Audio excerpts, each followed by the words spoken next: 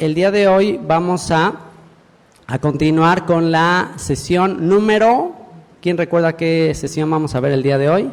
La sesión número 5. Muy bien, hemos estado estudiando las primeras sesiones. Ya vimos la primera sesión, que fue la introducción. La primera sesión, en esta vimos la introducción a la Biblia. ¿Cuál es el valor de estudiar la Biblia? ¿Cuál es el valor de estudiar las Escrituras? ¿Por qué decimos que la Biblia es la palabra de Dios? ¿Qué nos hace estar seguros de que en verdad lo que leemos es algo que fue transmitido por el creador del universo directamente y no es un invento de los seres humanos? Ahí estudiamos eso. Quien no haya escuchado esta sesión, les recomendamos que escuchen las grabaciones.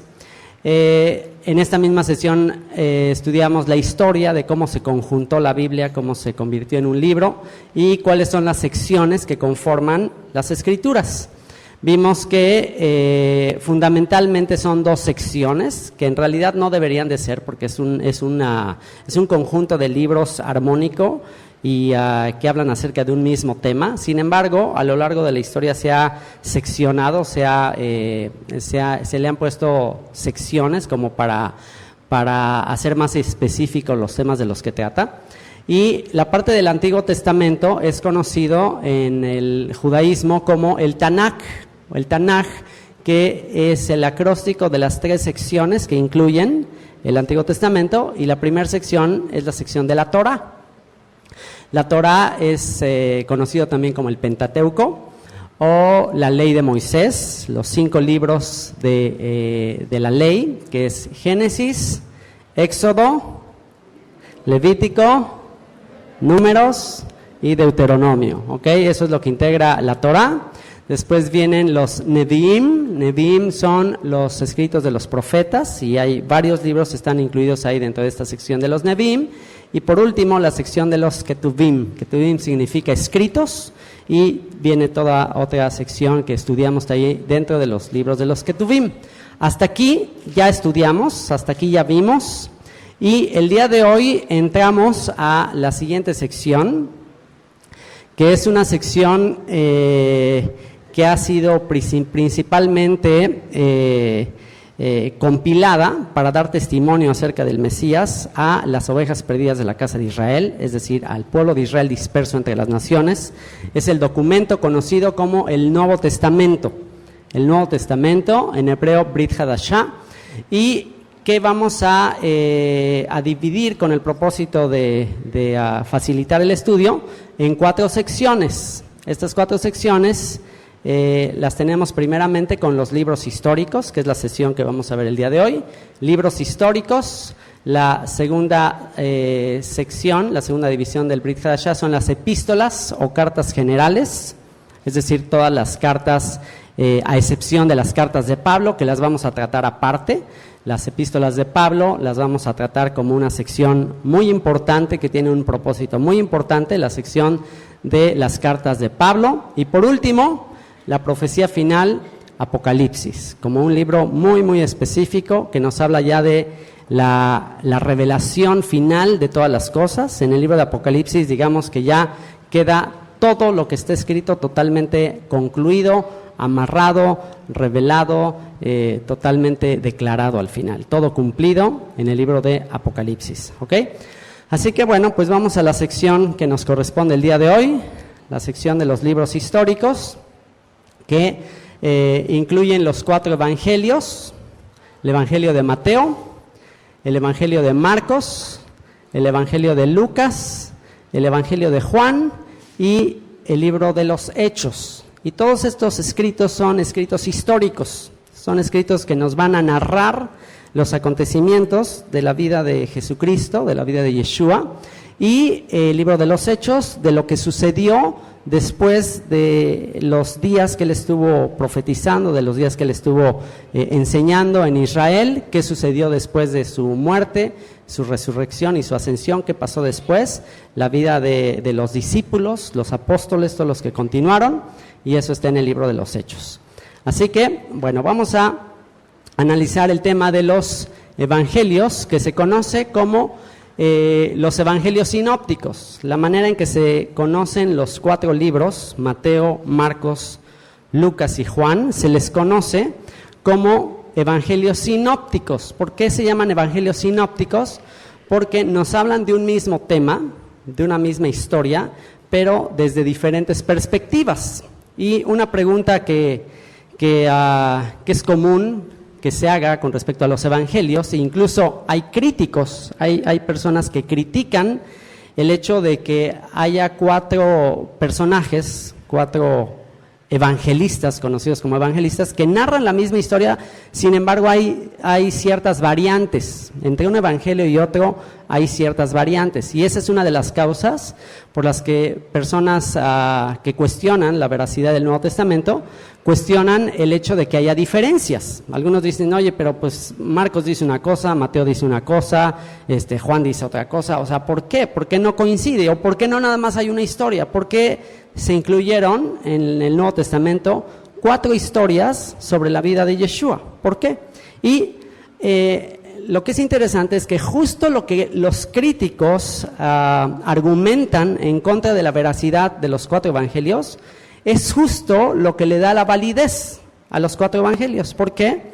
Porque el hecho de que tú tengas 4 historias en las que se narran eventos acerca de la vida de Jesucristo, de la vida de Yeshua, pero con ligeras diferencias, en realidad no hay contradicciones, sino hay diferencias. No es que haya contradicciones, simplemente hay detalles, hay información que uno menciona y a veces uno no menciona. Hay uno que menciona las cosas de cierta manera, hay algunos que mencionan la parte de la crucifixión de una manera, otros la mencionan de otra manera. Entonces, el hecho de que haya diferencias es justo lo que legalmente le da más veracidad a los relatos de los evangelios, porque está comprobadísimo, incluso cuando se está investigando un caso en un asunto de derecho, en un asunto de una investigación de un caso y se cita a testigos, una de las cosas que le dan validez al testimonio de diversos testigos es que presenten los hechos desde una perspectiva un poquito diferente. Cuando tú tienes 4 testigos de un mismo acontecimiento y los 4 relatan el mismo suceso de una manera un poco diferente, eso le da validez al hecho, no al revés. Es decir, si por ejemplo, supón que tú eres testigo de un accidente que sucede, ¿no? Sucede un choque y 4 personas testifican de ese choque. Uno a lo mejor está en la esquina, otro está de aquel lado, otro está de este lado, y están un poquito separados y todos ven el mismo suceso. ¿Tú crees que cuando les pregunten a cada uno, todos van a decir cómo sucedió exactamente igual? ¿Tú crees que los van a decir así idéntico? No lo van a decir idéntico, es obvio. ¿Por qué? Porque pues uno estaba parado desde un lugar, otro desde otro lado, uno vio un detalle, otro vio otro detalle. Entonces, las 4 versiones no es que se contradigan, sino que se complementan una con otra. Es exactamente lo mismo con la historia de los evangelios, que se complementan unas con otras. Si tú encuentras a 4 testigos que te narran un hecho y te lo narran igualito, idéntico, eso es una evidencia de que se pusieron de acuerdo para contar la historia. Esa es una evidencia de que esa historia la inventaron, porque no es normal, no es natural que 4 personas narren las cosas de manera idéntica. Entonces, cuando en alguna ocasión alguien cuestione tu fe y alguien te cuestione que los evangelios pues dicen cosas ligeramente diferentes, lejos de que eso te mueva el tapete y digas, caray, pues sí, aquí dice una cosa Marcos y aquí dice otra cosa Mateo y otra cosa dice Lucas, lejos de que eso te mueva el tapete, al contrario, eso es lo que te tiene que dar la seguridad de que verdaderamente ellos presenciaron esas cosas, sin embargo las presenciaron desde una perspectiva ligeramente diferente, por cuanto eran 4 personas diferentes. Y hay ciertas particularidades en cada uno de los evangelios. Es interesante que sean 4, porque si analizamos cuando en la profecía se habla acerca de la redención del pueblo de Israel, que el pueblo de Israel iba a ser disperso entre todas las naciones, iba a ser disperso a los 4 puntos cardinales de la tierra, y en los últimos tiempos el Señor iba a traer a sus escogidos de los 4 puntos cardinales de la tierra. De los 4 puntos de la tierra los iba a traer de vuelta. Entonces, de alguna manera, los 4 evangelios han sido instrumentos usados por Dios para hablarle a distintos grupos de personas y desde una perspectiva ligeramente diferente. Por ejemplo, en el capítulo 4 del libro de Apocalipsis se narra una escena celestial. El apóstol Juan tiene una visión donde ve a 4 seres vivientes. Y es una escena muy interesante que dice que vio 4 seres vivientes y dice que esos 4 seres vivientes tenían diferentes rostros. Él menciona que uno de ellos tenía rostro como de león, otro de ellos tenía rostro como de becerro, otro tenía rostro como de hombre y otro tenía el rostro como el de una águila. Entonces, si tú analizas esa visión, que es muy profunda y muy compleja, y si analizamos el tema y el énfasis de cada uno de los evangelios, nos vamos a dar cuenta que curiosamente estos seres vivientes son una representación de las diferentes cualidades o facetas o atributos del Mesías. Por un lado, el Evangelio de Mateo nos presenta a Jesús, a Yeshua, como el león de la tribu de Judá. Nos presenta a Yeshua como la simiente de David, como el hijo de Abraham, el hijo de David, que ha de venir a reinar sobre las naciones. Así que el Evangelio de Mateo nos presenta a Yeshua en su faceta como el descendiente de David, aquel que va a cumplir todas las profecías, todo lo que está escrito acerca de la dinastía de David, y es el que viene a ilustrarnos a Yeshua de esta manera, como el león de la tribu de Judá. Por otro lado, Marcos nos presenta a Yeshua como el siervo sufriente. Él hace mucho énfasis en el rol del Mesías como el Mesías sufriente, el Mesías que viene a servir y no viene a ser servido. Y esto cuadra con la imagen de ese ser viviente como un becerro, como alguien que viene a hacer el sacrificio perfecto, con ese atributo de humildad. El becerro tiene ese atributo de que a pesar de que es un animal fuerte, pues está dispuesto a ser usado para labrar la tierra, para trabajar, y de manera que Marcos nos presenta al Mesías como el becerro, como aquel que ha de morir por nuestros pecados. Y por otro lado, Lucas nos presenta a Yeshua como el Hijo del Hombre, en su faceta como hombre, como alguien que vivió, que padeció, que fue tentado en todo, que tuvo sentimientos. El Evangelio de Lucas nos presenta la parte de la humanidad de Yeshua, su manera de ser, de sentir. Y por último, Juan nos presenta a Yeshua como el Hijo de Dios, en ese atributo de realeza, como el águila, en ese atributo en el que Él se revela como el verbo de vida, como la palabra viviente, y pues de esa manera estos 4 evangelios se complementan. Por otro lado, el Evangelio de Mateo nos habla de Yeshua y sus sermones. Hay un gran énfasis en el Evangelio de Mateo en los sermones o las enseñanzas acerca de Yeshua. El Evangelio de Mateo es el evangelio más extenso y que contiene con lujo de detalle los sermones, las enseñanzas de Yeshua. El Evangelio de Marcos nos presenta a Yeshua y sus milagros. El énfasis del Evangelio de Marcos no tanto son las enseñanzas, sino son los milagros. El Evangelio de Marcos, de hecho, es bastante cortito, es el más cortito de todos y prácticamente manifiesta milagros, todos los milagros que Yeshua hizo. Por otro lado, Lucas nos habla de Yeshua en su carácter humano, en su carácter, en sus sentimientos. Es el único evangelio que tiene la parábola del hijo pródigo, por ejemplo, y es muy interesante porque Lucas pues es el único escritor del Nuevo Testamento que se cree o viene de un origen gentil, que tuvo que convertirse, y es interesante que él, siendo de un origen gentil, tenga la parábola del hijo pródigo dentro de su evangelio. Eso es muy interesante. Y por último, el evangelio de Juan nos presenta a Yeshua y su identidad. Ahí hace mucho énfasis en la identidad de Yeshua como el Hijo de Dios, como el Mesías prometido, como aquel que dijo: yo soy el camino, la verdad y la vida, nadie viene al Padre sino por mí. Y bueno, pues de esta manera estos 4 evangelios, al ponerte una diferente faceta del Mesías, te completan los atributos y la visión acerca de quién fue Él.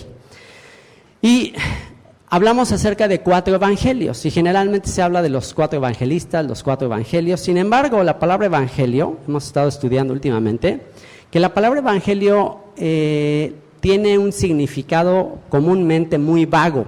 La mayoría de las personas que tú le preguntas, bueno, ¿qué es el evangelio? A ver, explícame en pocas palabras, ¿qué entiendes por el evangelio? ¿Qué es el evangelio? Y pues dentro de la teología cristiana, pues el concepto de evangelio es un concepto sumamente simplista. Es un pensamiento casi como que no, pues el evangelio es que Jesús murió y resucitó al tercer día y ya, ese es el evangelio.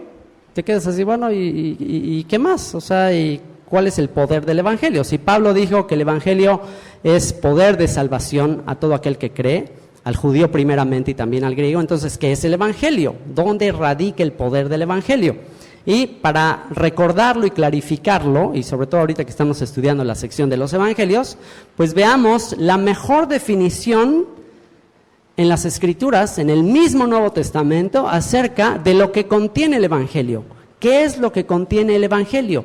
¿Qué es lo que hay dentro del evangelio? ¿Qué es lo que tiene poder en el evangelio para transformar vidas, para cambiar personas? ¿Qué es eso que tiene poder, que dice que es poder para salvación? ¿Qué contiene el evangelio que tenga tanto poder para salvación? Bueno, lo dice el mismo apóstol Pedro. Vean lo que dice el apóstol Pedro, pongan atención. Dice: siendo renacidos, no de simiente corruptible, sino de incorruptible.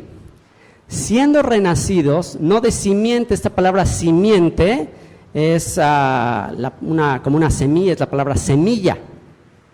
Entonces está hablando de la regeneración, está hablando del nuevo nacimiento, está hablando de aquellos que por la gracia del Señor habríamos de renacer para una esperanza viva por la resurrección de Yeshua de entre los muertos. Y dice, siendo renacidos, no de simiente corruptible, o sea, fuimos renacidos no por una semilla que se echa a perder, perecedera, sino incorruptible. Pónganse a pensar, ¿qué será esa semilla incorruptible por la cual nacemos de nuevo? ¿Cuál será esa semilla que hace que nazcamos de nuevo? Aquí mismo lo dice, fíjense lo que dice: siendo renacidos no de simiente corruptible, sino de incorruptible, por la palabra de Dios, que vive y permanece para siempre. Entonces, ¿cuál es la semilla que te hace renacer? ¿Y qué es una semilla que no se va a echar a perder? ¿Qué es una semilla que te va a llevar a la vida eterna? ¿Cuál es esa semilla de la cual hemos de renacer? Pues aquí mismo lo dice, la palabra de Dios. Ahora, para el apóstol Pedro, pónganse a pensar como Pedro. Haz de cuenta que tú eres Pedro, ¿ok? Haz de cuenta que tú estás en las sandalias de Pedro y tú estás escribiendo este texto. Lo estás escribiendo, y cuando tú estás escribiendo por la palabra de Dios, que vive y permanece para siempre, ¿qué sería para Pedro? ¿Qué estaría en su mente, en la mente de Pedro? ¿Qué sería la palabra de Dios? ¿Qué era para Pedro la palabra de Dios? Las escrituras del Antiguo Testamento, ¿correcto? La palabra que Dios le dio a Moisés, las palabras de los profetas, las palabras de los escritos. Y entonces, ¿qué dice? Siendo renacidos no de simiente corruptible, sino de incorruptible por la palabra de Dios que vive y permanece para siempre. E inmediatamente Pedro cita el texto de Isaías 46:9, por si todavía tuviéramos duda de qué estaba pensando Pedro cuando estaba escribiendo eso. Y si quieres evitar equivocarte cuando estés interpretando la Biblia, te voy a dar la regla más importante de interpretación bíblica. Si no quieres equivocarte cuando interpretes la Biblia, esta es la regla más importante. La regla más importante es que tienes que aprender a pensar lo que los escritores de la Biblia están pensando. Tienes que aprender a pensar, cuando estés leyendo la Biblia, en qué estaban pensando ellos cuando estaban escribiendo ese escrito. A lo mejor tú me vas a decir, oye, pues o sea, ¿cómo crees? O sea, ¿cómo le hago para pensar lo que Pedro estaba pensando hace 2000 años? O sea, de entrada somos muy diferentes, yo soy mexicano, cancunense, lo que sea, y yo qué tengo que ver con Pedro hace 2000 años. O sea, ¿cómo voy a saber? Pues ni que supiera telepatía, o sea, ¿cómo voy a saber lo que está pensando? Entonces, pero ¿tú crees que es posible saber lo que alguien está pensando de los escritores de la Biblia? ¿Crees que es posible saberlo? ¿Cómo? ¿Cómo podemos saberlo? ¿Cómo se imaginan? Pues por las citas, por los textos que ellos mencionan. La clave es, si aquí él está diciendo por la palabra de Dios que vive y permanece para siempre, e inmediatamente cita a Isaías, pues entonces eso te da la confirmación de, bueno, él está, para argumentar lo que está escribiendo, entonces cita una profecía de Isaías, que ¿de qué habla? Vamos a ver de qué habla. Isaías 46:9, aquí está escrito. Dice, porque toda carne es como hierba, y toda la gloria del hombre como flor de la hierba. La hierba se seca y la flor se cae, mas la palabra del Señor permanece para siempre. Y si tú lees todo el texto de Isaías 40, es el texto que habla acerca de la voz que clama en el desierto. Dice, voz que clama en el desierto, preparad camino para el Señor. Todo valle sea alzado, todo monte sea bajado y allanas el camino, porque ya venía el día del Señor. Y entonces es un texto de Isaías que llama al pueblo de Israel al arrepentimiento, llama al pueblo de Israel a que vuelvan a los caminos del Señor, porque está anunciando que ya viene el día del Señor. Entonces, por cuanto ya viene el día del Señor, está exhortando a la nación a que se arrepienta, a que vuelva a la palabra de Dios. Y ahí es donde dice, porque toda carne es como hierba, y toda la gloria del hombre como flor de la hierba se seca y la flor se cae, mas la palabra del Señor permanece para siempre. Como diciendo, ¿sabes qué? Deja de confiar en tus propios conceptos, en tus propias filosofías, en tu propia religión. Deja de confiar en tus propios recursos, deja de confiar en eso y vuélvete a la palabra de Dios, porque toda la gloria del hombre es como la hierba del campo. Entonces lo único que va a permanecer es la palabra de Dios. Entonces aquí Pedro en su carta está diciendo que Dios le dio una nueva oportunidad al pueblo de Israel, que somos renacidos no de simiente corruptible sino de incorruptible por la palabra de Dios que vive y permanece para siempre, y que por la palabra tenemos la oportunidad de una vez más volver al pacto. Si nos alejamos de la escritura, si pecamos al alejarnos, y el Señor, por su gran amor con que nos amó, aún estando muertos en delitos y pecados, envió a su Hijo a morir por nosotros, pues ¿qué debemos hacer? ¿Permanecer en pecado? ¿Perseveraremos en el pecado para que la gracia abunde? De ninguna manera. Entonces tenemos que volver al pacto, tenemos que volver a la simiente, y entonces esa simiente nos va a hacer renacer para una esperanza viva. Otra vez vamos a renacer, otra vez vamos a ser regenerados, ¿ok? Y entonces, vean con qué concluye. La palabra del Señor permanece para siempre. Entonces ya quedamos en qué es la palabra de Dios. ¿A qué se refería Pedro cuando estaba hablando de la palabra de Dios? ¿Ya quedó claro? La Torá, los profetas, el Antiguo Testamento. Y vean lo que dice, con qué concluye. Y esta es la palabra que por el Evangelio os ha sido anunciada. Y esta es la palabra que por el Evangelio os ha sido anunciada. Entonces, ¿qué es lo que anuncia el Evangelio? O el Evangelio de Pedro, por lo menos, ¿qué es lo que anunciaba? El Evangelio de Pedro anunciaba la Torá y los profetas. El Evangelio, 2000 años después, ya se le quitó la sustancia y ya nada más es así como la levadura y ya le tocas y ¡puf!, se deshace, ya no tiene. Ya le quitaron la palabra, ya le quitaron lo que permanece para siempre. Ya nada más ahora el Evangelio, ¿qué es? Fíjate qué interesante que ahora lo que es el Evangelio, lo que se predica como Evangelio, ¿qué es? Es la gloria del hombre, la filosofía del hombre, los pensamientos de los hombres, la riqueza de los hombres. Eso es lo que predica el Evangelio. Sé rico, mira, sé próspero y tú ven al Señor y te va a prosperar y te va a hacer bien. Y pura gloria de los hombres, puras cosas pasajeras, temporales, y ya se le quitó el pacto. Ya se le quitó la sustancia, ya se le quitó la palabra de Dios.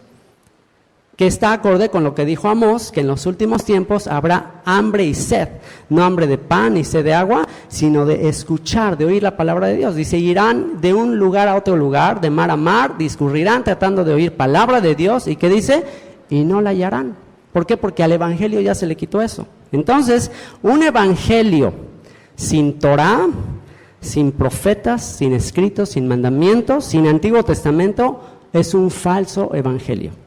Ese no es el evangelio. Ese no es el evangelio que predicaron los apóstoles. Ese no es el evangelio que predicó Yeshua, Jesucristo. Ese no es el evangelio. Es otro evangelio del cual dijo algo muy fuerte el apóstol Pablo en su carta a los Gálatas, que si alguien predica otro evangelio diferente, ¿qué dijo? Sea anatema, sea maldito. ¿Por qué? Porque la misma Torah dice que el que no confirmare las palabras de este pacto, dice, maldito el que no confirmare las palabras de ese pacto para cumplirlas, y diga todo el pueblo, amén. Entonces, por eso Pablo se atrevió a decir esas palabras tan fuertes. Así que, ¿qué es el evangelio? El evangelio contiene las instrucciones que Dios le dio a su pueblo Israel y a todas las naciones que quieren ser parte de esto. Eso es el evangelio, y los evangelistas, estos 4 evangelios, Mateo, Marcos, Lucas y Juan, anuncian el cumplimiento de todas esas promesas y son la invitación a todos, a todo el pueblo de Israel y a las naciones a venir al pacto. Así que bueno, pues vamos ahora con el primero de los 4 evangelios, el evangelio de Mateo, Matityahu en hebreo, y este evangelio, como les decía, es el más amplio de todos. Es probable que Mateo utilizó una técnica similar a la taquigrafía para escribir los sermones de Yeshua con tanto detalle, porque si tú te pones a estudiar los sermones que hay en el Evangelio de Mateo, el Sermón del Monte, capítulos 5, 6 y 7 de Mateo, dichosos, bienaventurados los pobres en espíritu, porque de ellos es el reino de los cielos, dichosos los que lloran, porque ellos serán consolados. Todas esas enseñanzas tan hermosas, después el capítulo 6 que nos habla acerca de las recompensas. Cuando ores, no seas como los hipócritas, que les gusta orar de pie y hacer repeticiones, todas esas cosas. Cuando des tzedaká, cuando ayudas a los pobres, no sepa tu izquierda lo que es tu derecha. En fin, todas esas enseñanzas, si tú las analizas, pues es un sermón bastante largo, son enseñanzas bastante largas, y pues solamente hay 2 posibilidades. Una, que Mateo, ya después de muchos años, ya que se puso a reflexionar todas las enseñanzas de Yeshua, pues empezó a escribir su evangelio basado en sus recuerdos acerca de las enseñanzas de Yeshua. Esa es una opción. La otra opción es que pues durante el tiempo que estaba con él, pues llevaba como una especie de minuta, ahí como que iba copiando y lo que agarraba, pero pues imagínate, que él está así predicando y Mateo, a ver, espérame tantito, a ver, repíteme, ¿qué dijiste? Que bienaventurados los pobres en espíritu, y así, o sea, ¿ustedes creen que estaba así Mateo? Entonces, él como cobrador de impuestos, lo más probable es que él tenía un entrenamiento para registrar datos, y esto tiene una enseñanza muy linda, una aplicación muy linda, y es que el Señor siempre va a usar tus dones y talentos que aprendiste, quizás en el mundo totalmente secular, quizás nada que ver con la fe, pero siempre Él va a usar por algo has aprendido todo lo que aprendiste. No deseches nada de lo que has aprendido a lo largo de la vida, porque sin duda un día el Señor va a usar todo eso que tú has aprendido. Entonces, en aquella época, pónganse a pensar, sin lo que ahora tenemos, sin copiadoras, sin imprentas, sin fax, sin internet, sin todas estas cosas para registrar datos, sin grabadoras. Imagínense, hubiera estado bien a tener una grabadora ahí para el Sermón del Monte. A ver, Yeshua, háblale y ahí te grabo en MP3, y ya que nos lleguen las grabaciones hasta ahora, wow. Entonces, en esa época que no había toda esta clase de adelantos, pues era obvio que existían técnicas para copiar de manera rápida. Todos los sistemas de taquigrafía y todo esto, pues por supuesto que son muy antiguos. Entonces, una persona con las cualidades, con la carrera que tenía Mateo como un cobrador de impuestos, él, aunque era judío, él se dedicaba a cobrar impuestos para los romanos, lo cual en su época pues era una súper afrenta para su pueblo. Él no era querido ni por sus propios paisanos, era despreciado porque estaba trabajando para el enemigo, y también era despreciado por los propios romanos, porque los romanos lo veían, pues este es un traidor, o sea, no es capaz ni siquiera de ser fiel a su propio pueblo, y sus propios hermanos, sus paisanos, pues también lo veían como un traidor. Entonces, bueno, pues a pesar de todo eso, por supuesto que era un hombre sin duda, totalmente secular, totalmente, o sea, nada religioso, porque ya para estar cobrando impuestos para el emperador es porque de plano no le importaban en absoluto las escrituras. Entonces, bueno, tenía sus cualidades que había aprendido, como estas que les digo, de que pues él tenía estas técnicas para registrar información, para registrar datos. Y es interesante que en su evangelio, en el capítulo 9, versículo 9, dice que pasando Yeshua de allí, vio a un hombre llamado Mateo. Este texto es impresionante, fíjense lo que dice. Dice, pasando Yeshua de ahí, vio a un hombre llamado Mateo, que estaba sentado al banco de los tributos públicos, cobrando impuestos para el emperador. Y le dijo, sígueme. ¿Y qué dice? Mira, Señor, aguántame tantito, déjame pago la renta de este mes, estoy muy ocupado, tengo este trabajo y dame chance tantito, espérame, luego te sigo, ¿no ves que estoy ocupado? Este trabajo dejaba bastante buena lana, un trabajo así. Pero vean cuál fue su respuesta. Estamos hablando de un hombre no religioso, de un hombre totalmente secular, totalmente laico. ¿Qué sería lo que vio en Yeshua? ¿Qué sería? Seguramente él ya había escuchado de él, ya tenía fama. Y yo este pasaje muchas veces trato de imaginarme cómo sucedió, trato de transportarme a ese momento, y la conclusión a la que he llegado es que él a sí mismo ya se consideraba en bancarrota espiritual. O sea, él mismo se sentía como ya sin cabida en el mundo espiritual. Y pues de repente escucha rumores de este gran profeta que estaba haciendo señales, que estaba haciendo milagros, cual nunca se hicieron en Israel, y que se rumoraba grandemente que él era la simiente de David, que él era el Mesías de Israel. Y entonces, ¿tú cómo te sentirías como cobrador de impuestos, como lo opuesto a tener la expectativa del Mesías que va a venir a reinar, haciendo totalmente lo opuesto? ¿Cómo te sentirías que aquel de quien se está corriendo la fama de que él es el hijo de David, el rey de Israel, de repente te ves sentado ahí cobrando impuestos para el enemigo? ¿Cómo te sentirías tú pensando que ya tú eres un desecho de la sociedad?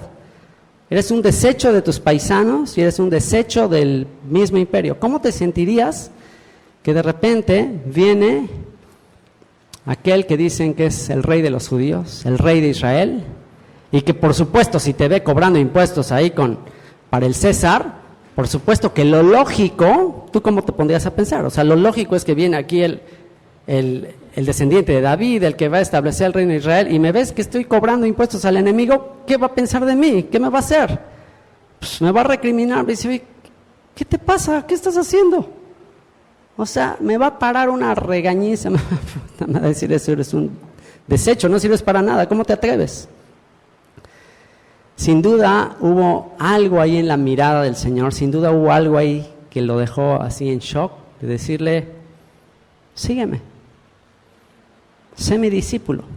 Y en esa época decirle a alguien, sígueme, era, ven prácticamente a convivir conmigo, a vivir conmigo. O sea, los rabinos en esa época cuando llamaban a sus discípulos, pues prácticamente pues pasaban todo el tiempo con ellos. Entonces imagínate lo que habrá experimentado este hombre, decir, oye, el Mesías de Israel, el hijo de David, este gran profeta, me está diciendo a mí que le siga. ¿Tú crees que en ese momento se habrá puesto a pensar y a considerar, híjole, pues es que aquí estoy ganando una muy buena lana, ¿cómo voy a despreciar? ¿Tú crees que él se puso a considerar lo que podía pagarle Roma ante un llamamiento del hijo de David, el Mesías de Israel? ¿Tú crees que él se iba a poner allá a contarle los chiles al Señor? En ese momento dijo, Señor, a pesar de lo que soy, a pesar de lo que he hecho, a pesar de que yo soy un desecho de la sociedad, me estás llamando. Pero por supuesto. ¿Y qué dice? Inmediatamente dice, se levantó, ¿y qué? Y le siguió. ¿Te ha pasado algo así? ¿Has llegado a comprender al nivel que Mateo lo comprendió, lo que significa que Él te diga, sígueme, sígueme, vive conforme a lo que yo te voy a decir, deja cualquier cosa que este mundo te pueda ofrecer, sígueme? ¿Has experimentado eso? Si te lo dijera hoy, ¿te levantarías con la misma velocidad que Él se levantó? ¿Estarías dispuesto a decir, a dejarlo todo lo que este mundo te puede ofrecer por seguirle? ¿O le dirías, mira, Señor, un añito más, dame chance de que siga beneficiándome de esto y luego vemos? ¿Qué harías? Así que bueno, este es un evangelio poderoso y pues nada menos que de ser un cobrador de impuestos, se convirtió en aquel que registró con más lujo de detalle todos los hechos y las enseñanzas acerca de Yeshua. Ese es el máximo ejemplo de una vida que parece que ya no tiene sentido y de repente se convierte en una historia poderosísima que cambió la vida de millones de personas. Si él se hubiera quedado ahí en el banco de los tributos públicos, jamás se hubiera conocido nada acerca de su vida. Pero por esa decisión que tomó, tú y yo estamos aquí escuchando y leyendo una vida que trascendió para la eternidad. Así que, ¿tú qué crees? ¿Vale la pena dejarlo todo por seguirle a Él? ¿Tú qué crees? Y bueno, pues este es el Evangelio de Mateo. Ya dijimos, es un evangelio, es la palabra del Señor reflejada a través del Mesías. ¿Dónde? En Judea. ¿Cuándo? Entre aproximadamente el año 60 después del Mesías. ¿Y por qué? ¿Por qué fue escrito? Fue un evangelio escrito para probar con las escrituras del Antiguo Testamento que Yeshua es el Mesías prometido a Israel. Después viene el evangelio de Marcos. Marcus es el nombre latín, Marcus. También se le conoce como Juan Marcos o Johanán Marcus. Y este evangelio muestra a Yeshua como un hacedor de milagros y prodigios, capaz de sanar enfermos, controlar las fuerzas de la naturaleza, confrontar los poderes de Satanás, etc. Y a pesar de todas estas señales, despreciado por los hombres, varón de dolores, rechazado por los líderes religiosos, quienes buscaban matarlo, sus vecinos que lo menospreciaban e incluso su familia que pensaba que se había vuelto loco. Hay un episodio que él narra de una manera muy particular, en la cual dice que su madre y sus hermanos fueron a tratar de sacarle de un momento en que estaba predicando ahí, y dice que sus hermanos y su mamá pensaron que estaba fuera de sí. Entonces él registra ese dato interesante de que ya hasta su mamá y sus hermanos llegaron a pensar que Yeshua ya se había vuelto loco, y bueno, trataron de ir a sacarlo de ahí, y fue cuando el Señor dijo, mi madre y mis hermanos son los que hacen la voluntad de mi Padre. Así que bueno, los nombres de este evangelista combinan la personalidad de ambas casas de Israel, Johanán Marcus, y se dirige a ambas casas, utiliza términos latinos dentro de su evangelio, utiliza palabras latinas y explica prácticas judías para darse a entender mejor. Es decir, como que este evangelio fue dirigido a una audiencia no judía que no iba a entender muchas de las prácticas judías, y por eso a veces como que da una pequeña explicación de lo que cada una de ellas es. Y se cree también que este joven, es el que corrió desnudo en el arresto de Yeshua. En el capítulo 14, 51 al 52, dice que cuando lo fueron a arrestar, que hubo un muchacho que soltó su capa y salió de ahí desnudo, y se cree que fue él. Tenía alrededor de 12 años, más o menos como mi hijo Dani en ese momento. Y fue un discípulo de Pedro, fue discipulado por Pedro, de acuerdo a Primera de Pedro, capítulo 5, versículo 13. Se escribió en Judea, también alrededor del año 60 después del Mesías. De hecho, se cree que este fue el primero de los evangelios en escribirse. ¿Y por qué? ¿Por qué fue escrito? Fue escrito para probar a romanos y judíos con señales y milagros que Yeshua es el Mesías sufriente. Y un texto clave, un pasaje clave de este evangelio, Marcos 10, 42 a 45, anótenlo ahí como un pasaje clave de este evangelio, que dice: mas Yeshua, llamándolos, les dijo: sabéis que los que son tenidos por gobernantes de las naciones se enseñorean de ellas, y sus grandes ejercen sobre ellas potestad. Pero no será así entre vosotros, sino que el que quiera hacerse grande entre vosotros será vuestro servidor. Y el que de vosotros quiera ser el primero, será siervo de todos. Porque el Hijo del Hombre no vino para ser servido, sino para servir y para dar su vida en rescate por muchos. Así que, como les decía, Marcos presenta a Yeshua como el siervo sufriente, como un servidor de todos, y lo presenta de esta manera. Así que este es el pasaje clave. Aquel que quiera ser el mayor debe ser el que sirve a todos. ¿Perdón? ¿Que no dije cuándo? Sí, dije que aproximadamente entre el año 60 después del Mesías, aproximadamente. ¿Ok? Bueno, y vamos ahora al Evangelio de Lucas. El Evangelio de Lucas. Lucas es también autor del libro de los Hechos. Lucas trató de ordenar y detallar de manera histórica los acontecimientos de la vida de Yeshua. Para Teófilo, una persona que él menciona ahí con el nombre de Teófilo, excelentísimo Teófilo, posiblemente era un alto funcionario del emperador romano. Es muy posible que este funcionario del Imperio Romano estaba interesado en la historia acerca de Yeshua y le encargó a este hombre que hiciera toda una investigación, y él se encarga de poner en orden todas las cosas que Yeshua comenzó a hacer y a enseñar. Lucas, la particularidad de este evangelio es que él hace énfasis en el rol de las mujeres más que ningún otro de los evangelios.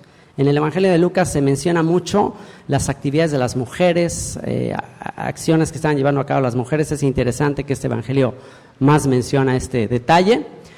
Posiblemente él es el único escritor de origen gentil del Nuevo Testamento, originario de Antioquía, actual Turquía, aunque sería prosélito de Pablo, es decir, fue alguien converso al judaísmo por Pablo. En Colosenses 4:11 hay una mención al respecto.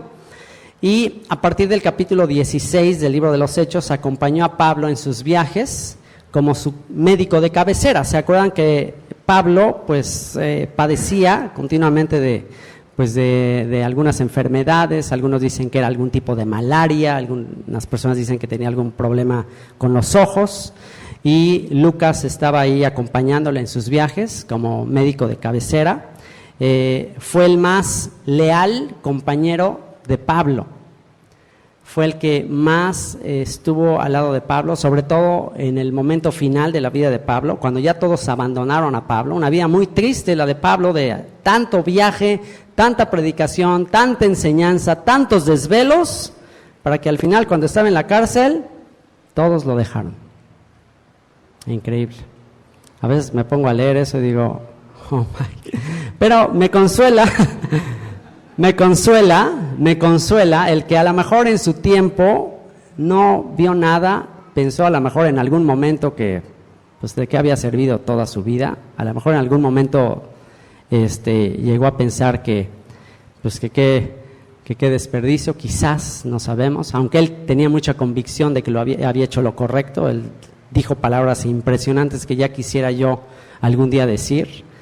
He peleado la buena batalla, he completado la fe, por lo cual me está guardada en los cielos la corona de justicia. Imagínate tú poder decir esas palabras al final de tu vida. He guardado la fe, he peleado la buena batalla. ¿Te gustaría decir esas palabras al final de tu vida? ¡Wow! Entonces, al final dice, todos me dejaron. Amando más este mundo, todos me dejaron. Solamente Lucas está conmigo. Así que, imagínense qué nivel de lealtad y de fidelidad tuvo este hombre, Lucas. Y lo que les digo que me consuela de Pablo es que, a pesar de que a lo mejor en su momento no vio grandes multitudes de gentiles viniendo a la fe, ¿qué creen que pensaría ahora Pablo si viera en todo el mundo que se distribuyeron sus enseñanzas, sus escritos, sus cartas, que de repente viera ahí ahora, órale, Biblia Reina Valera, aquí tiene mis cartas, y Biblia en este idioma, y la nueva versión internacional, y wow, la Peshitta, todas las versiones, y aquí están mis cartas. Quizás se llevará un shock de lo que se ha hecho de sus cartas, ¿verdad? Pero por lo menos dice, wow, o sea, he sido de los autores más exitosos de la historia.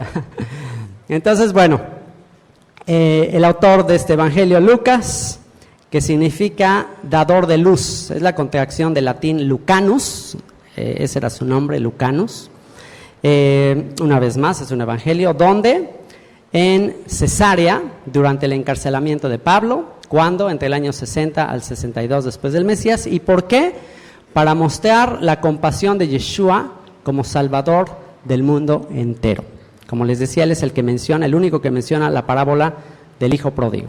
Y el pasaje clave, por supuesto, pasaje clave de Lucas 15:20, si hay un pasaje del Evangelio de Lucas que te sugiero que te aprendas y lo guardes en tu corazón, es el siguiente, que dice, y levantándose, vino a su padre, y cuando aún estaba lejos, lo vio su padre, y fue movido a misericordia, y corrió, y se echó sobre su cuello, y le besó.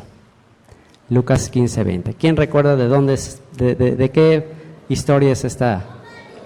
Del hijo pródigo, del hijo despilfarrador.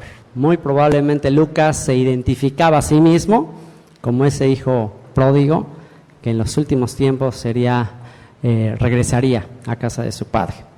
Y bueno, pues ese es el evangelio de Lucas. Y por último, el evangelio de Yohanan, el evangelio de Juan, conocido como el discípulo amado. En ninguno de los otros evangelios se encuentra esta frase del discípulo amado. En este evangelio se usa en el capítulo 13, 23 al 25, durante la cena de la Pascua. Se utiliza también en el capítulo 19, 26 al 27, durante la crucifixión. Se menciona también en el capítulo 20, del 1 al 10, en la resurrección. Y en el capítulo 21, verso 7, en la pesca milagrosa. Según algunos comentaristas, era un sacerdote de un rango elevado en el templo. Por eso escribió de manera muy profunda. El evangelio de Juan es el más profundo de todos los evangelios. Dentro del judaísmo se enseña que las escrituras tienen 4 niveles de interpretación.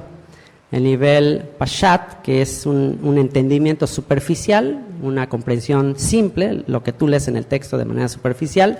Después viene el nivel Remes, que tiene que ver con algo un poquito más profundo, ver ciertas pistas en el texto que te enseña acerca de algo más. Después viene el nivel Drash, que tiene que ver con alguna alegoría que tú sacas de cada uno de los textos. Y por último el nivel Sod, que es un nivel profundo, secreto, que solamente con mucho estudio puedes llegar a ese nivel. Y su evangelio está escrito en este nivel. Muchas de sus enseñanzas son escritas en este nivel, y por eso es muy importante conocer muy bien todas las demás escrituras para entender el evangelio de Juan, porque si no, se puede hacer un disparate de muchos de los textos de él, como por ejemplo el tema del pan de vida, de que su carne y su sangre, y el que no coma de mi carne ni beba de mi sangre, no tiene vida en sí mismo. Entonces, si tú no conoces todo el concepto y todas las escrituras, pues puedes hacer un disparate de ese texto y puedes empezar a enseñar que el que no se coma una cosita redondita, y si no te la comes, pues entonces no vas a tener vida eterna. Entonces eso ya totalmente es un disparate que no tiene nada que ver con lo que él estaba enseñando acerca de la carne y la sangre acerca del Mesías. Entonces es un evangelio muy muy profundo. Y bueno, pues él era hijo de Zebedeo y de Salomé, hermana de María o de Miriam, la madre de Yeshua, según Juan, capítulo 19, versículo 25, o sea que era primo de Yeshua. Yohanan, discípulo amado, también era primo de Yeshua, así como Israel y Dani, hagan de cuenta, eran primos. Y su hermano también era discípulo, o sea, el hermano de Yohanan, de Juan, también era discípulo, se llamaba Jacob o Jacobo, y ambos eran conocidos como los hijos del trueno. los hijos del trueno, es decir, tenían un carácter fuerte. De hecho, ellos fueron los que pidieron fuego para los samaritanos. Ellos querían que lloviera fuego del cielo porque no aceptaron el testimonio de Yeshua y fueron y le dijeron, oye, ¿quieres que mandemos y que caiga fuego del cielo y los consuma todos? Y Yeshua dijo, no, calmen. Yo no he venido a perderlos, he venido a salvarlos. Entonces, sí tenían un carácter muy fuerte. También ellos querían prohibir a los que no andaban con ellos que estuvieran echando fuera demonios. En Lucas 9:49 llegaron también con Yeshua y dice, oye, andan unos que están echando fuera demonios y no son de los nuestros, ¿se los impedimos? Y Yeshua le dijo, no, calma. Si no están contra nosotros, pues no les digas nada, están por nosotros. Entonces, bueno, pues tenían un carácter de querer ser los únicos, ¿no? Su mamá también quizás fue la que les influyó en ser así, porque su mamá le pidió a Yeshua que les dejara sentar a su lado en la manifestación de su reino. En Mateo 20-21 llegó la tía de Yeshua, le dice, oye, cuando se establezca tu reino, deja que mis hijos se sienten uno a tu derecha y otro a tu izquierda. Entonces Yeshua dice, oye tía, ¿qué pasó? No sabes lo que pides. Entonces, bueno, pues él es uno de los que se mencionan en este detalle. Y fue uno de los pilares o columnas de la comunidad en Jerusalén. Fue uno de los 3 miembros de lo que se conoce como el Beit Din. El Beit Din en una comunidad son, digamos que los 3 líderes más importantes en una comunidad. Entonces se menciona que él era uno de ellos, juntamente con Jacobo, el medio hermano de Yeshua, y con Pedro, Gálatas 2:9. Después, según la tradición, fue enviado a la comunidad de Éfeso, lo que actualmente es Turquía.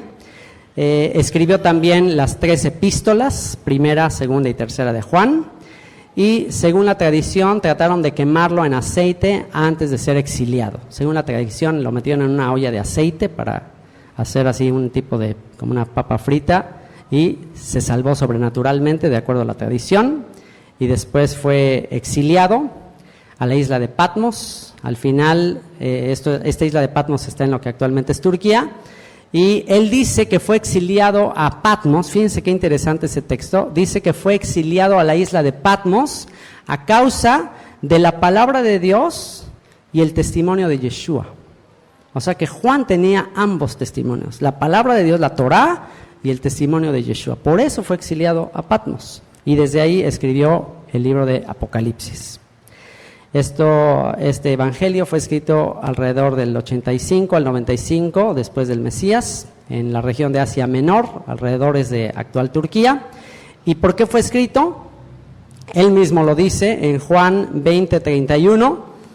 Él dijo que esas cosas se escribieron para que creamos que Yeshua es el Mesías, el Hijo de Dios, y para que creyendo tengamos vida en su nombre. Él dijo, Yeshua hizo muchas cosas, y dijo muchas cosas que si se escribieran, no cabrían en el mundo entero los libros de todo lo que hizo. Dice, pero estas cosas se escribieron para que crean que Él es el Mesías prometido, para que crean que Él es el Hijo de Dios y para que creyendo tengan vida en su nombre. Y el texto clave, ¿cuál creen que sea el texto clave del Evangelio de Juan? ¿Cuál será? ¿Cuál será? Pues sí, ya sí, no, imagínense, casi es el texto clave de toda la Biblia, porque de tal manera, ¿qué les parece si lo decimos todos juntos?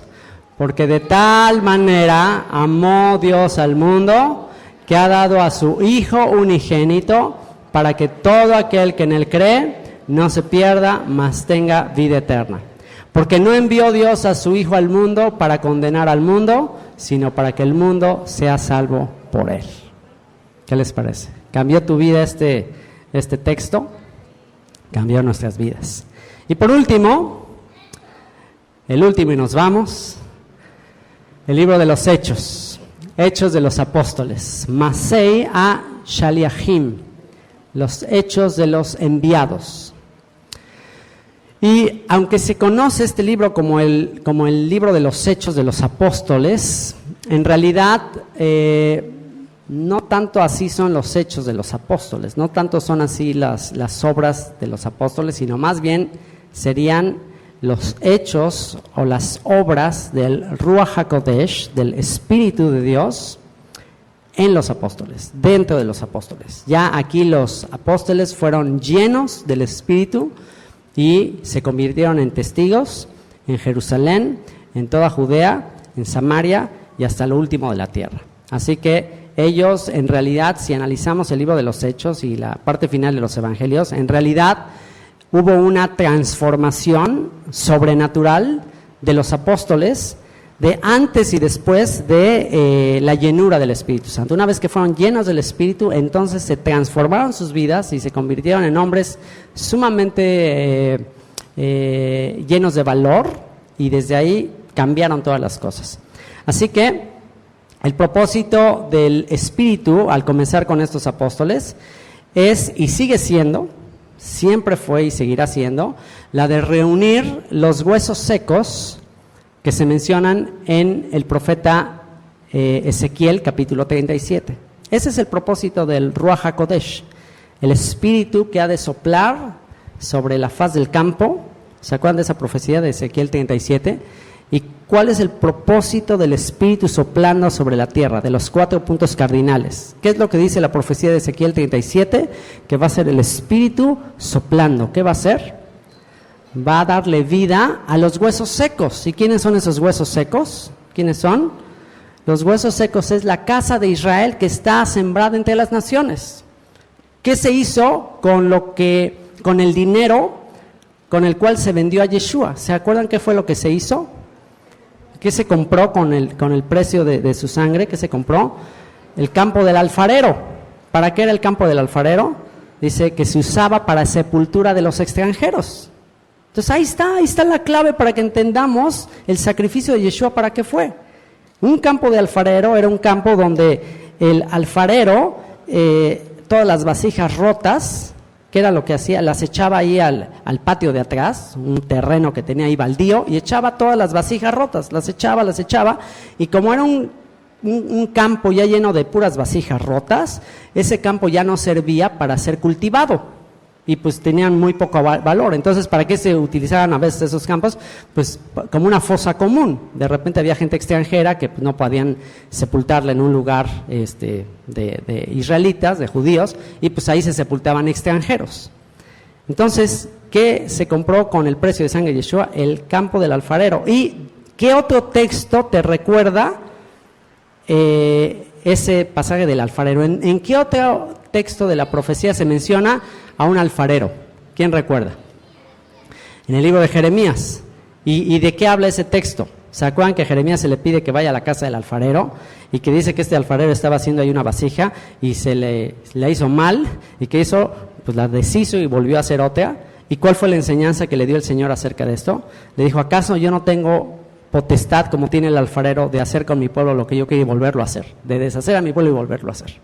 Entonces, ¿qué nos enseña eso? Que Dios a la casa de Israel la esparciría en las naciones, así la desharía en las naciones, dejarían de ser pueblo, y en los últimos tiempos, como el alfarero, la volvería a formar. ¿A través de qué? A través de un precio, a través de la sangre que fue derramada para volver a rehacer a la comunidad de Israel. Así que de eso se trata. El Nuevo Testamento, de eso se trata. El libro de los Hechos, de eso se trata. Comienza en el capítulo 2 la reconstrucción de Israel, cuando todos esos judíos y prosélitos de todas las naciones bajo el cielo llegaron allá a Jerusalén a la fiesta de Pentecostés, y ahí comienza el inicio de la profecía. Ahí comienza. Así que a partir de ahí se empieza a cumplir, y este libro abarca un periodo de alrededor de 40 años. Es el segundo volumen de la historia de Yeshua, escrito por Lucas. Es el mejor manual operativo para una congregación de creyentes en Yeshua. Si tú quieres saber cómo llevar una comunidad, qué se tiene que hacer, qué no se tiene que hacer, lee el libro de los Hechos, y ahí está exactamente las actividades que debe de llevar a cabo una comunidad. ¿Cuáles eran las 4 actividades primordiales, prioritarias, que llevaban a cabo los apóstoles? ¿Quién recuerda? ¿Quién recuerda cuáles eran esas 4 actividades? ¿Perseveraban en qué?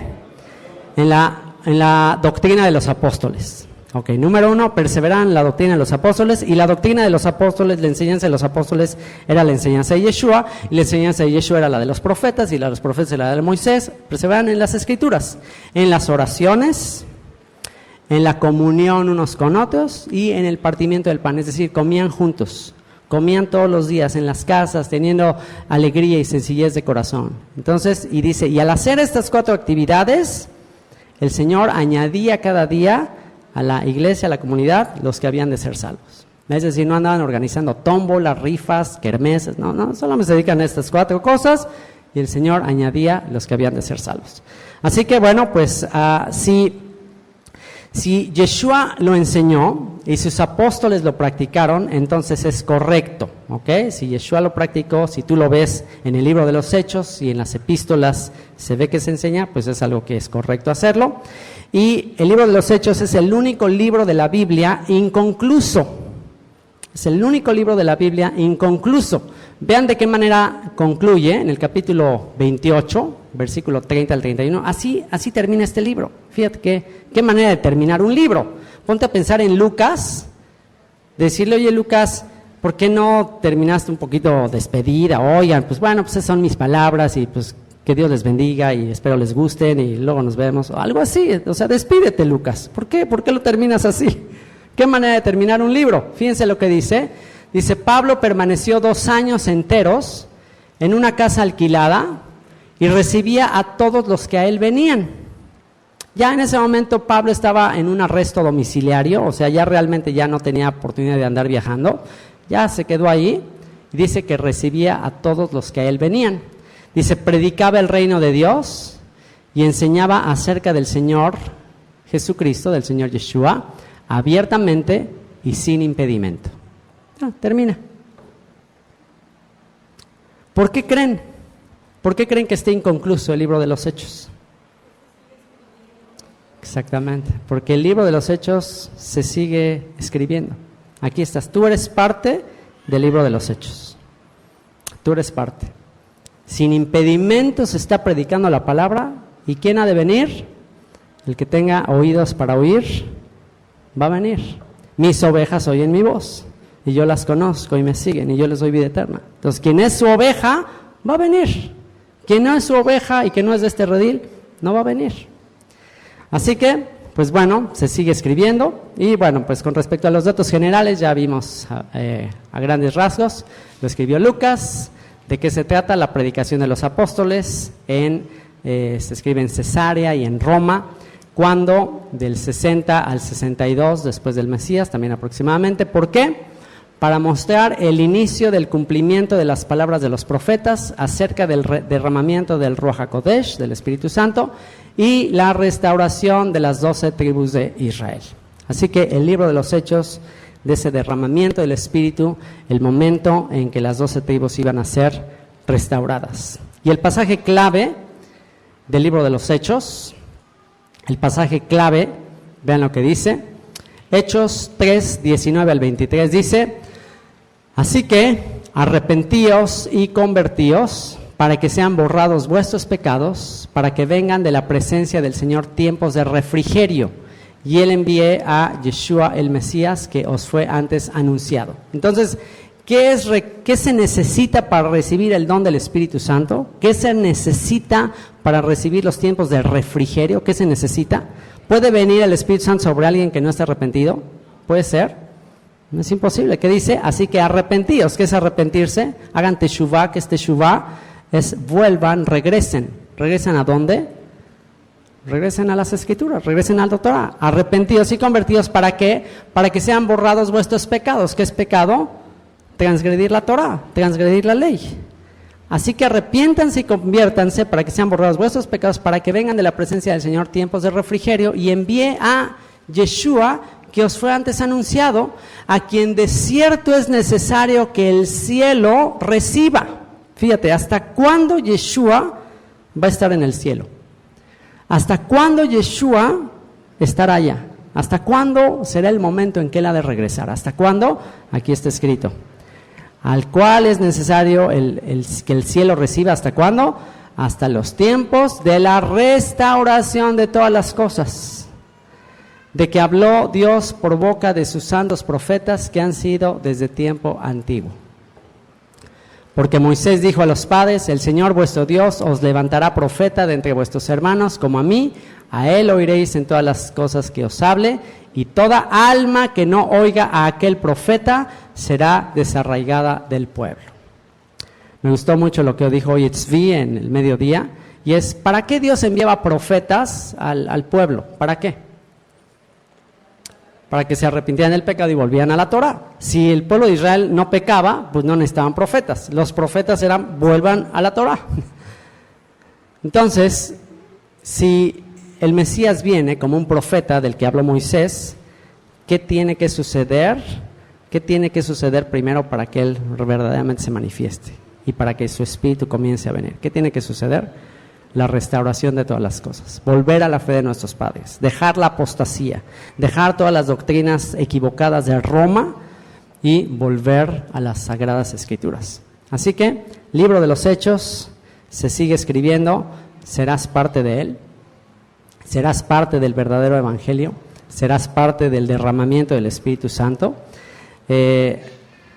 Es paradójico, es curioso como en ocasiones, y escucho comentarios de algunos de ustedes que les dicen sus amigos dentro de la teología cristiana que enfatiza los dones del Espíritu Santo y que a veces le dicen, no, es que donde tú estás no se mueve el Espíritu, o sea, no se predica mucho del Espíritu Santo. Entonces dices, qué cosa tan paradójica y tan absurda, de que ya se llegó a un punto de apostasía, de que se piensa que andar en el Espíritu es estar totalmente alejado de todas las cosas de la Escritura. Es una cosa ya el colmo de la apostasía, porque incluso en personas muy aferradas a cuestiones del Espíritu, incluso se considera que el estudiar demasiado de la Biblia es antiespiritual. A veces se considera como que, no, la letra mata y el Espíritu vivifica. Entonces, si tú les preguntas, bueno, ¿y cuál es la diferencia? Pues como que se piensa que andar en el Espíritu es andar como todo el tiempo, como en un estado de éxtasis, como escuchando la voz de Dios, de lo que en su imaginación es Dios, y que si tú te metes mucho a leer y a estudiar la Escritura, pues eso te va a matar. ¿Han escuchado ese tipo de razonamiento? Es totalmente absurdo, porque ¿qué son la palabra de Dios? ¿Qué es? La palabra es espíritu y es vida. ¿Qué es lo que te mata? ¿Cuál es la letra que te mata? Las palabras de los hombres, las filosofías de los hombres, las doctrinas de los hombres, esas te matan. Pero la palabra de Dios te da vida. Las Escrituras te vivifican. La ley es espiritual. Nosotros somos carnales, vendidos al pecado. Así que si tú andas tratando de seguir al Espíritu, a lo que tú llamas el Espíritu Santo, sin leer las Escrituras, lo más probable es que sí vas a seguir un espíritu, pero un espíritu inmundo, que te va a apartar de la Torah. Así que ser lleno del Espíritu, la consecuencia de ser lleno del Espíritu, de acuerdo a lo que dice la Escritura, es: derramaré mi Espíritu sobre ustedes. ¿Y cuál será la consecuencia? Para que anden en mis mandamientos y los pongan por obra. Esa es la consecuencia. Así que el verdadero derramamiento del Espíritu Santo, según el libro de los Hechos, es que comenzaron a arrepentirse, comenzaron a vivir de acuerdo a las Escrituras, comenzaron a volver a la fe de sus padres. ¿Estaremos listos para que el Espíritu de Dios verdaderamente se derrame sobre nosotros? ¿Estaremos listos para esos tiempos de refrigerio? Pues depende de tu arrepentimiento y de mi arrepentimiento. Vamos a orar. Padre, te rogamos que vengan esos tiempos, Señor, de los que tú hablaste. Que vengan esos días de Elías. Que vengan esos tiempos de refrigerio, Señor. Y, Señor, para que vengan esos tiempos de refrigerio y para que recibamos todos esos dones de tu Espíritu, Señor, es necesario que toda la casa de Israel y que todas las naciones reconozcan su maldad, reconozcan su pecado, Señor. Tu palabra dice que el Espíritu Santo les será dado a los que te obedecen, Señor. Que el Espíritu Santo les será dado a aquellos que se apartan de la inmundicia, que se apartan de su necedad, Señor, y que reconocen que están lejos de ti, Señor. Padre, vivifícanos, vivifica a tu pueblo, vivifica a cada uno de nosotros, Señor. Envía tu palabra y sánanos. Señor, sé tú como el rocío para cada uno de nosotros. Sopla tu espíritu sobre nosotros, que somos huesos secos, que somos esas vasijas rotas en ese campo del alfarero, lleno de huesos de extranjeros. Eso es lo que somos nosotros, Señor.